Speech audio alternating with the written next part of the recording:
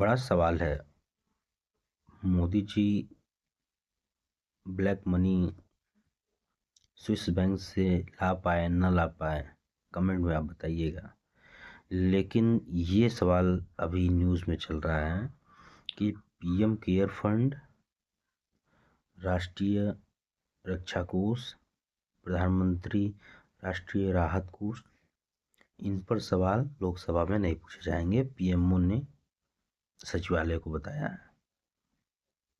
ऐसा न्यूज़ है, अभी मैं स्क्रीनशॉट लगा दे रहा हूँ। लेकिन सवाल ये है कि ट्रांसपेरेंसी तो होनी चाहिए। चलो, रक्षा कोष है, उसको रहने दो, वो सेना का काम वाला चीज़ है तो उसे रहने दो। बाकी दो चीज़ें तो एक तो कोविड में आया था पीएम केयर फंड, उसमें ये कहा जा रहा है कि स्वेच्छा से दान किया वो चीज़ है, वो पब्लिक अथॉरिटी नहीं है, कैग के द्वारा उस पर उसका ऑडिट नहीं होता है, स्वतंत्र सीए कुछ करता है, ऐसे न्यूज़ में जेमिनी ने भी बताया। तो चलो भाई, वो जो स्वेच्छा से लोग दान कर रहे हैं उन पैसों का क्या हो रहा है, इसका ट्रांसपेरेंसी तो होना चाहिए। अब ये मेरे विचार हैं, मतलब मैं पूछ सकता हूँ, आप भी पूछ सकते हैं कि पैसा अगर 10 रुपया लोग दान कर रहे हैं तो उस 10 रुपये से क्या हो रहा है। क्या वो प्रधानमंत्री जो जन औषधि केंद्र खुला है उसमें पैसा जा रहा है, रोड बन रहे हैं, या जो 5 लाख फ्री मुफ्त योजना हेल्थ केयर वाला है वो चल रहा है। आखिर उस पैसे से हो क्या रहा है, कौन उस पैसे को डिस्ट्रीब्यूट कर रहा है, कहाँ कर रहा है, ये सब जानना ज़रूरी है। और इसमें भारत में ट्रांसपेरेंसी होनी चाहिए।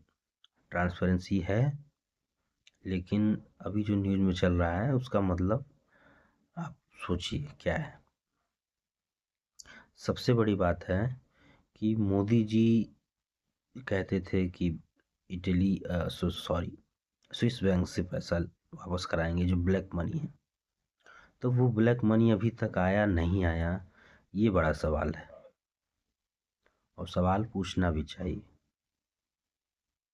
क्योंकि आपने वोट दिया है। आपका वोट 55 रुपये का देसी दारू और 200 रुपये किलो मुर्गा नहीं है। आपका वोट बहुत कीमती है, उस कीमत को पहचानिए और अपने सरकार से सवाल करना सीखिए। डरिए मत, डरेंगे तो डिक्टेटरशिप शुरू हो जाएगा।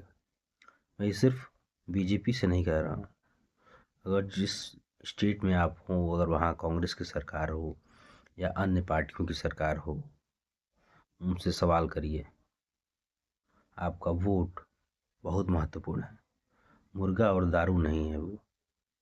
वोट की कीमत को समझिए। जय हिंद, जय भारत।